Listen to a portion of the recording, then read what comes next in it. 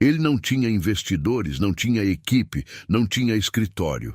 Tinha uma garagem, um notebook com a dobradiça quebrada e uma pergunta que não saía da cabeça. Por que ninguém fez algo simples de verdade? O que começou quase em silêncio, numa cidade litorânea do sul do Brasil, cresceu de uma forma que ele mesmo não esperava. Pequenos empresários de todo o país começaram a encontrar na plataforma algo que nunca haviam tido: clareza. E então, os investidores apareceram, com propostas grandes, com números que mudam o ar de uma sala e com uma decisão que nenhum dinheiro do mundo poderia tomar por ele. Se essa história fez você pensar sobre uma ideia que está guardada, sobre um projeto que ainda não saiu do papel, ou sobre uma decisão difícil que você ainda precisa tomar, deixa um comentário aqui embaixo. Conta o que você sentiu, o que essa história mexeu em você. E se quiser, escreve também de qual cidade você está acompanhando, porque é muito especial saber até onde essas histórias estão chegando. Obrigado por ficar até o fim. Que cada ideia que você carrega encontre a coragem que ela precisa para sair da garagem. A primeira vez que ele percebeu que algo havia mudado foi quando o celular tocou às 2 da manhã e do outro lado da linha, uma voz que ele jamais havia ouvido disse que representava um fundo de investimentos de São Paulo e que precisava conversar com urgência. Ele ficou parado na escuridão do quarto, o brilho da tela iluminando o rosto cansado, tentando entender se estava sonhando ou se aquela ligação era real. Não era a primeira proposta, mas era a maior. E havia algo no tom daquela voz, seco, preciso, com a cadência de quem está acostumado a mover dinheiro como outros movem peças de xadrez, que fez com que ele sentasse na beira da cama e colocasse os pés no chão frio da madrugada, com a sensação de que sua vida havia acabado de mudar de direção, de forma definitiva e sem possibilidade de retorno. Ele desligou sem responder. Ficou olhando para o teto por um longo tempo. 3 anos antes, aquela ligação seria impossível. 3 anos antes, ele mal conseguia pagar o plano de internet. A garagem tinha cheiro de mofo e tinta velha. As paredes nunca foram pintadas depois que o pai havia usado o espaço para guardar materiais de construção que nunca foram usados. Havia um cano enferrujado, encostado num canto, coberto por uma lona plástica que o vento levantava às vezes, produzindo um barulho seco e rítmico nas noites frias de agosto. O programador havia improvisado uma mesa de trabalho com uma porta de compensado apoiada sobre 2 cavaletes de madeira. Em cima dela, um notebook com a dobradiça quebrada, mantida no lugar por uma fita adesiva marrom. Do lado, um roteador emprestado, um copo de café que nunca estava completamente vazio e espalhados sem ordem aparente, folhas cobertas de anotações, setas, fluxogramas e nomes de funções que só faziam sentido para ele. Era novembro. Florianópolis, no verão, tem a umidade do mar impressa em cada superfície, e a garagem abafava o calor de uma forma particular, transformando qualquer tarde em algo próximo de um sauna improvisado. Ele trabalhava de camiseta, descalço, às vezes esquecendo de comer até que a tontura avisasse que era tarde demais para mais café e cedo demais para dormir.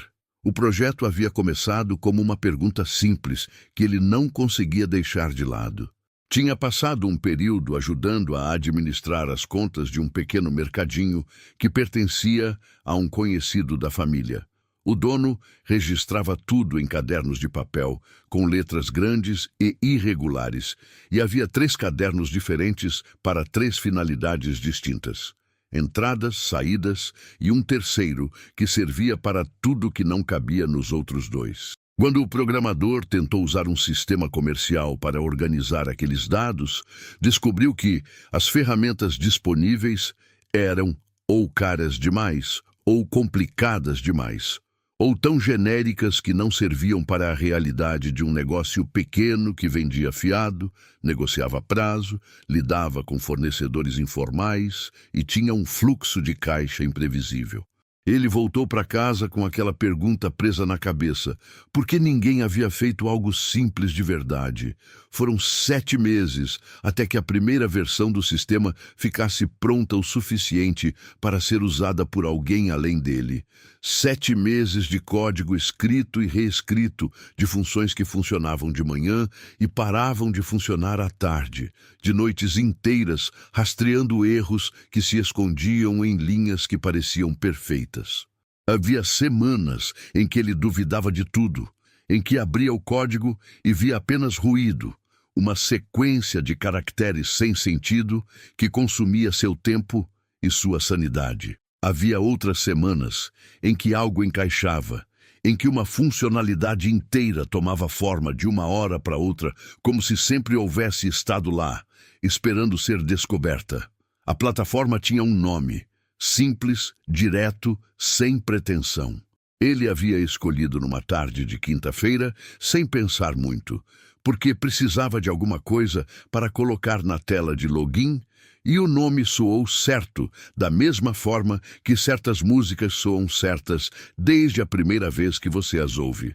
O primeiro cliente foi o próprio dono do mercadinho. Ele não cobrou nada. Só pediu que o homem usasse o sistema por 30 dias e dissesse o que funcionava e o que não funcionava. O dono, um senhor de mãos grossas e vocabulário econômico, usou o sistema por 30 dias e no 31º dia ligou para dizer que havia indicado para 2 conhecidos. Aquela ligação foi a primeira vez que o programador sentiu algo diferente.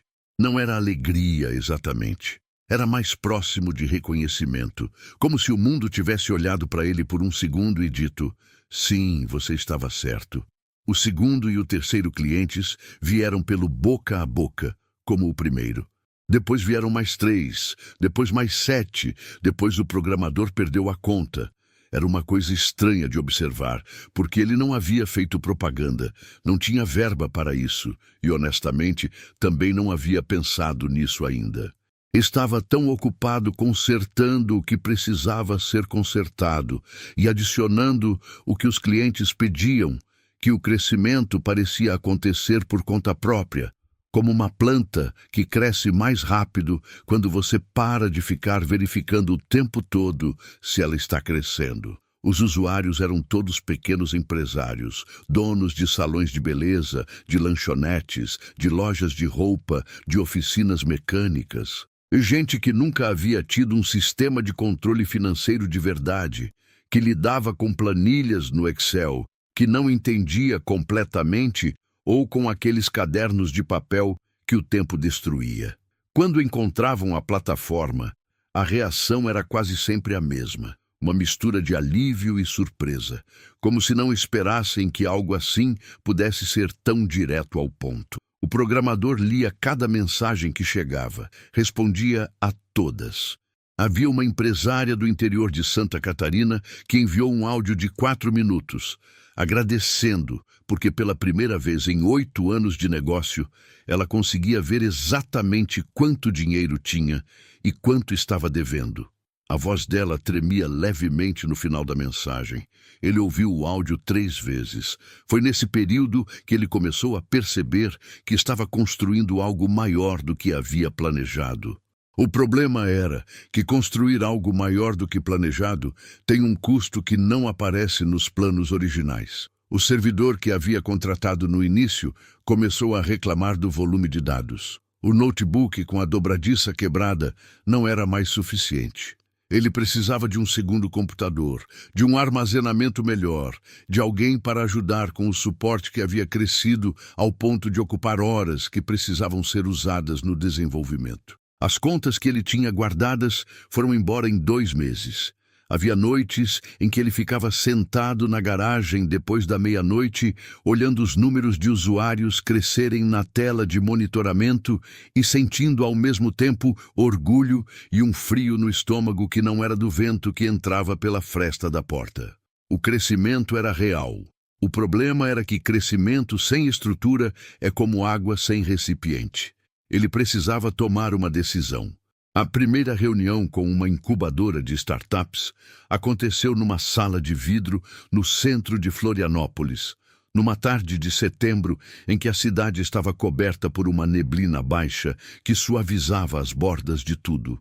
O programador havia chegado 20 minutos antes e ficado de pé na calçada, olhando o prédio, ajeitando a camisa que havia passado pela primeira vez em semanas, especificamente para aquela reunião. Do outro lado da mesa estavam dois homens. Um mais velho, de cabelos brancos cortados com precisão militar, que falava pouco e observava muito. Outro mais jovem, com a energia contida de quem já viu muitas apresentações e aprendeu a não se empolgar rápido demais. Eles haviam pedido para ver os números antes da reunião. Ele havia enviado tudo: base de usuários, crescimento mensal, tempo médio de uso, taxa de retenção, feedback qualitativo. Havia passado a madrugada anterior organizando aquelas informações, num documento que parecia profissional o suficiente para não fazer ele passar vergonha. O homem mais velho olhou para os números por um longo tempo sem dizer nada. Depois, ergueu os olhos e fez uma pergunta que o programador não esperava.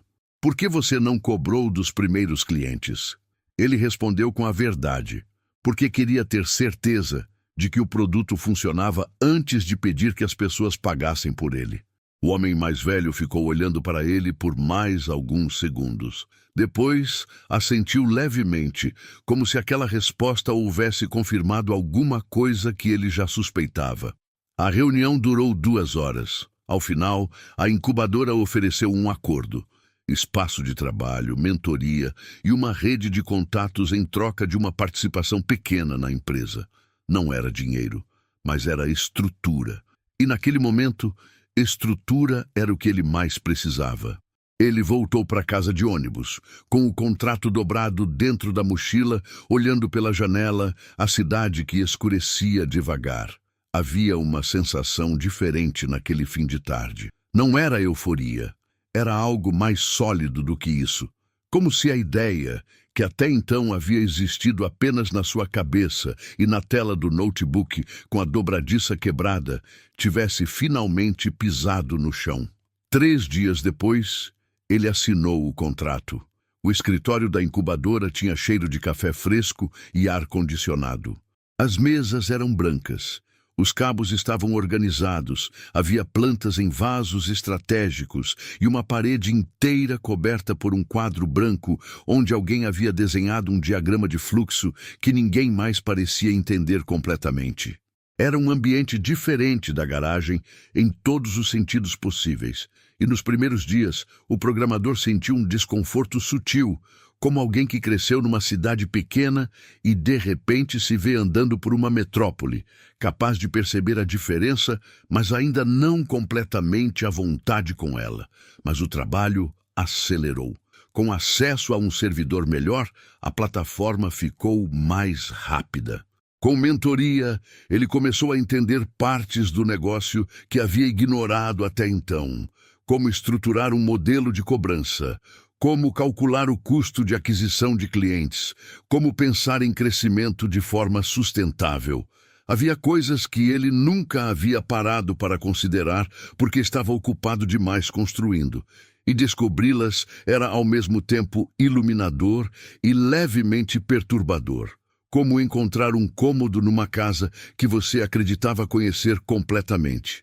A equipe de mentores incluía uma mulher que havia fundado e vendido 2 empresas de tecnologia e que tinha o hábito de fazer perguntas que pareciam simples, mas levavam horas para serem respondidas com honestidade. Ela havia se sentado com ele numa tarde e pedido que ele descrevesse o produto em uma frase. Ele tentou, reformulou, tentou de novo. Você está descrevendo o que o produto faz, ela disse, cortando gentilmente a 3ª tentativa. Não o que ele resolve. Existe diferença. Ele ficou acordado naquela noite pensando nisso. No dia seguinte, ele tinha uma frase. Essa frase foi o que apareceu no primeiro artigo sobre a plataforma, publicado num portal de tecnologia voltado para o ecossistema de startups do sul do Brasil. O artigo era pequeno, técnico, voltado para um público específico, mas era o primeiro, e quando foi ao ar, num dia de terça-feira chuvosa, o número de cadastros novos na plataforma triplicou em 48 horas. O programador ficou olhando para o dashboard de monitoramento com uma expressão que não era bem sorriso. Era algo mais parecido com espanto calmo, como se parte dele ainda não acreditasse completamente que aquilo estava acontecendo. Mas estava, e estava prestes a acontecer muito mais rápido do que ele imaginava. O e-mail chegou numa segunda-feira de manhã, com um assunto direto e sem floreios, e um remetente que ele reconheceu imediatamente como sendo de um fundo de investimentos com sede em São Paulo, que havia participado de algumas das maiores rodadas de investimento em startups brasileiras dos últimos anos. O conteúdo era breve, tinham acompanhado o crescimento da plataforma, estavam impressionados com os números, gostariam de uma conversa exploratória. Ele leu o e-mail 3 vezes. Depois fechou o notebook e saiu para caminhar. Florianópolis tem essa qualidade particular de te dar espaço para pensar.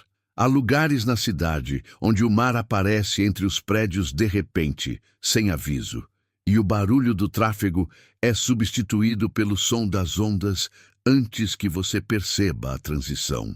Ele foi até a orla sem destino definido, andando com as mãos nos bolsos, e ficou parado por um tempo, olhando para o oceano, com a expressão de alguém que está tendo uma conversa interna muito séria.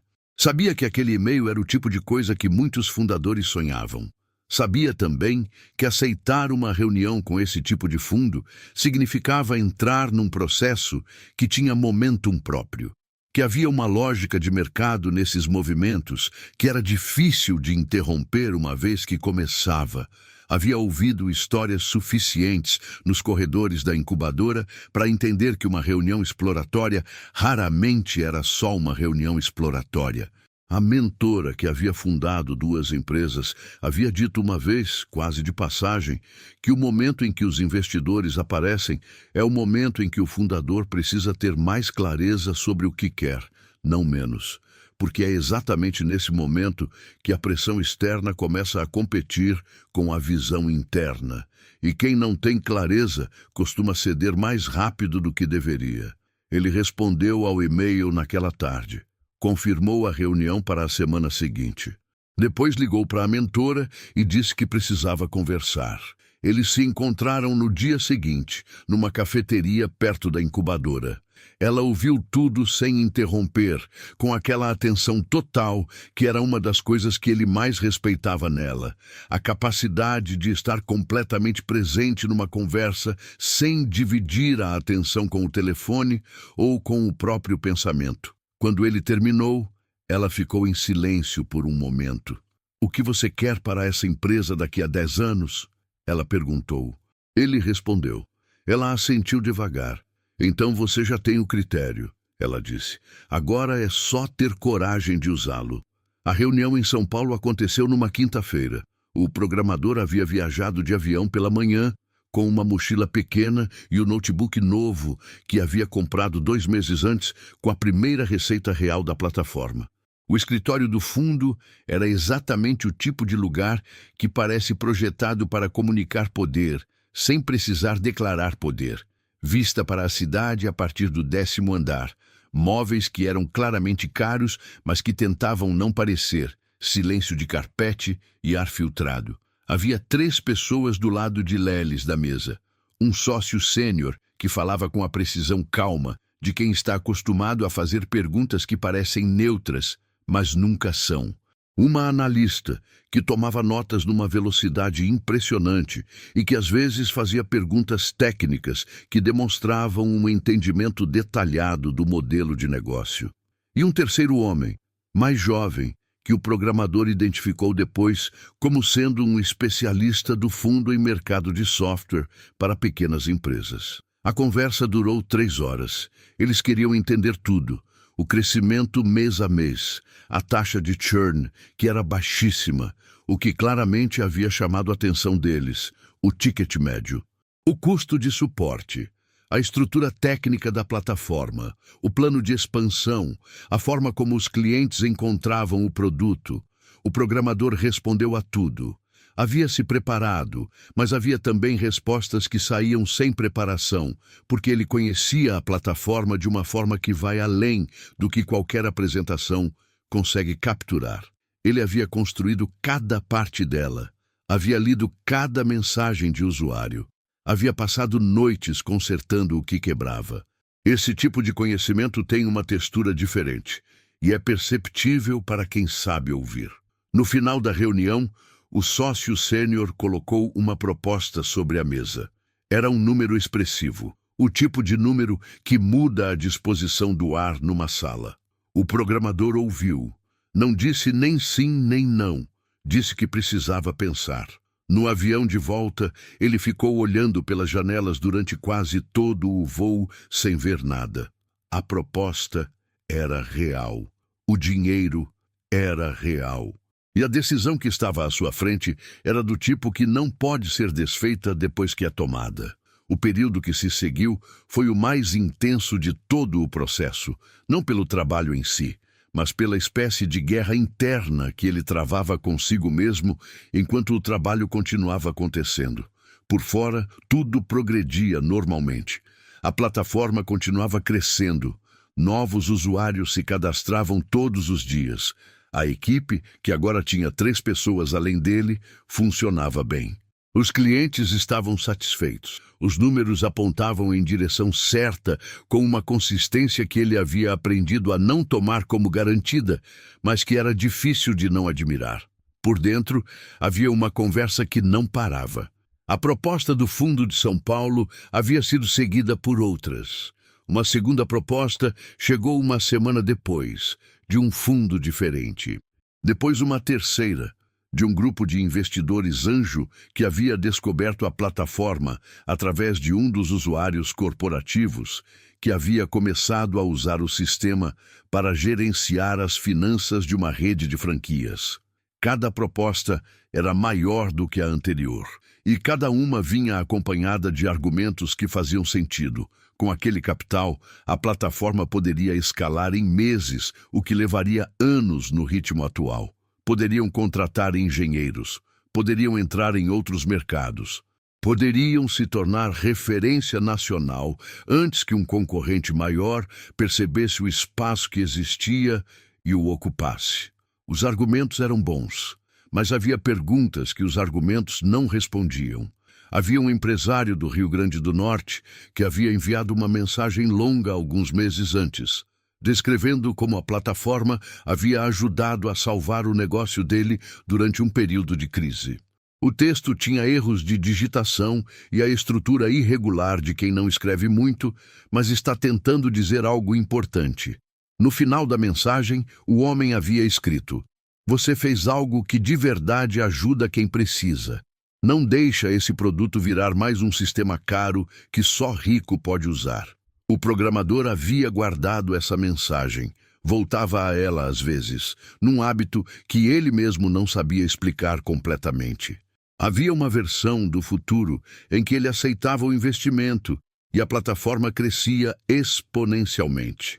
Havia outra versão em que o crescimento acelerado mudava o produto de uma forma que ele não conseguia controlar completamente, em que as decisões sobre preço, sobre funcionalidades, sobre quem seria o público-alvo, passavam a ser tomadas por um comitê onde sua voz era importante, mas não era a única, em que a empresa que havia nascido numa garagem com cheiro de mofo se tornava outra coisa, mais eficiente talvez, mais lucrativa provavelmente, mas fundamentalmente diferente do que havia sido quando era só ele e o notebook com a dobradiça quebrada. A mentora havia dito uma vez: investidor não é inimigo, mas também não é sócio silencioso. É uma relação com física própria, e você precisa entender a física antes de entrar.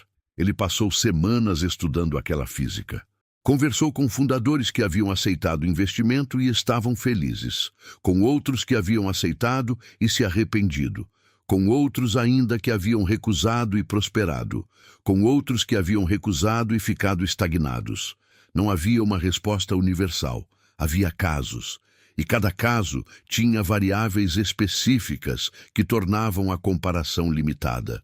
No final, ele voltou para a pergunta da mentora: o que você quer para essa empresa daqui a 10 anos? E para outra pergunta, que era dele próprio, que havia surgido numa madrugada quando estava olhando para o teto do quarto e o celular ainda carregava a ligação sem resposta do fundo de São Paulo.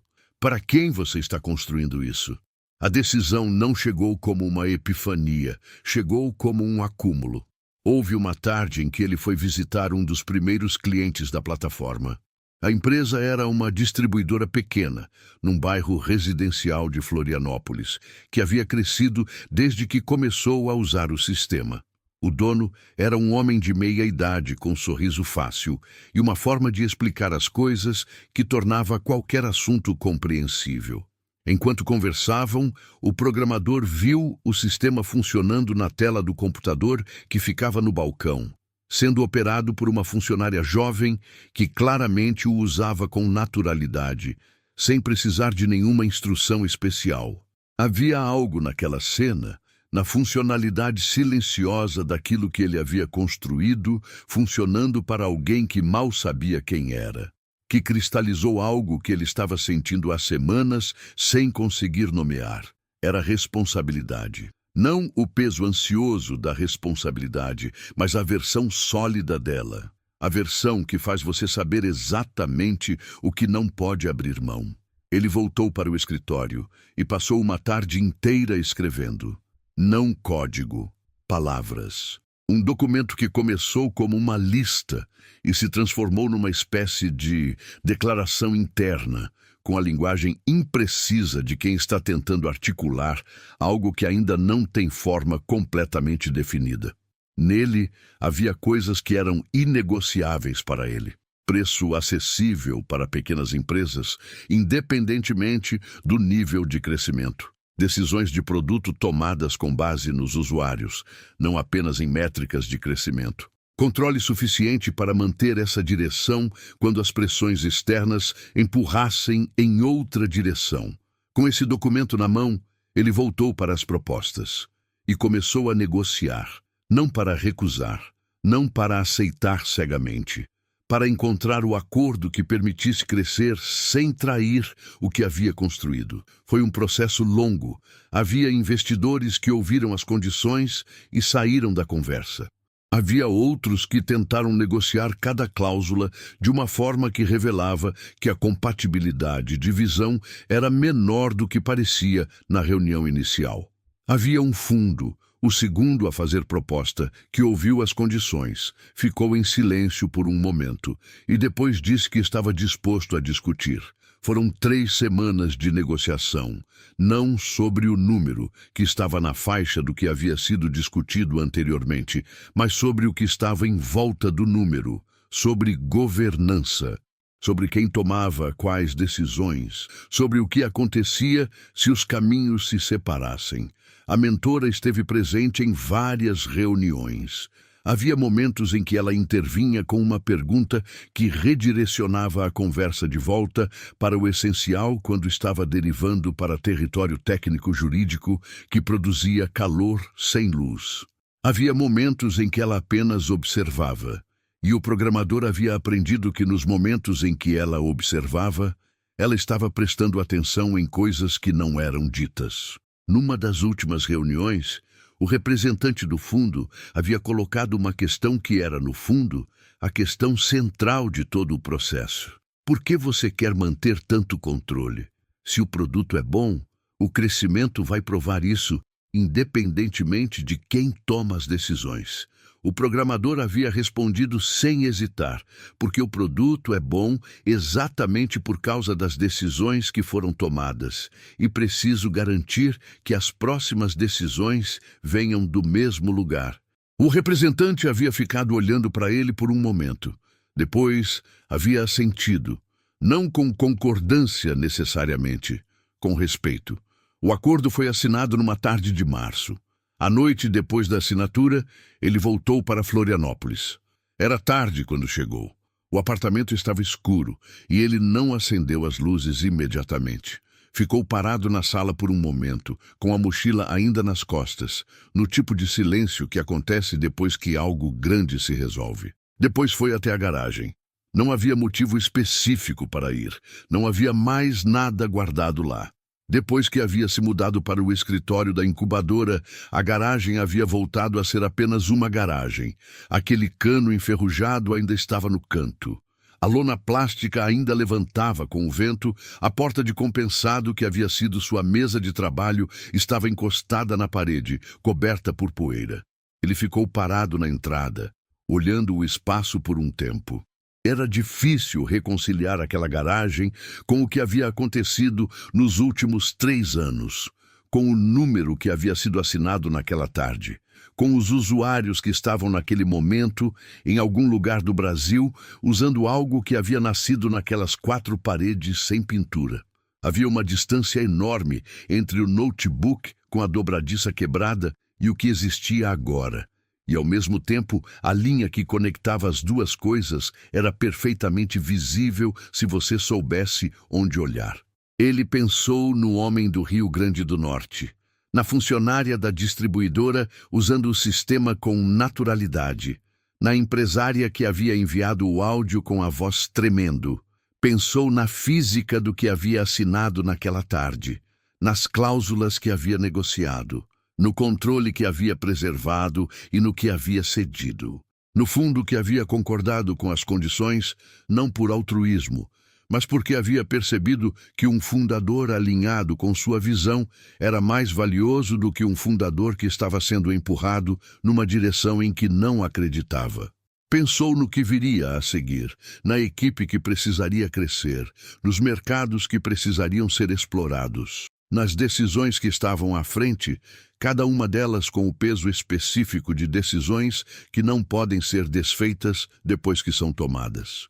Pensou na pergunta que a mentora havia feito: o que você quer para essa empresa daqui a 10 anos? E soube, com a clareza limpa que só aparece depois que uma decisão foi tomada e não pode mais ser revertida, que havia respondido essa pergunta da única forma que poderia responder com honestidade.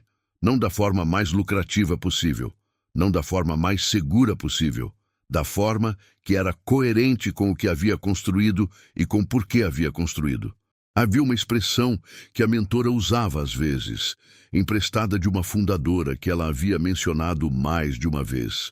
Integridade de produto é o que acontece quando você toma a decisão difícil em vez da decisão conveniente, repetidamente, até que se torne um hábito. Ele havia tomado a decisão difícil mais de uma vez nos últimos meses.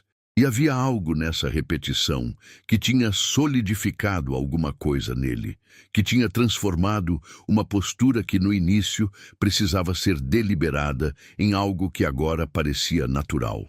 Ele saiu da garagem sem acender a luz. Fechou a porta com cuidado. Aquela porta que rangia sempre no mesmo ponto, aquele som que havia ouvido centenas de vezes sem registrar conscientemente e que agora, naquela noite, soou como alguma coisa definitiva. Do lado de fora, a rua estava quieta.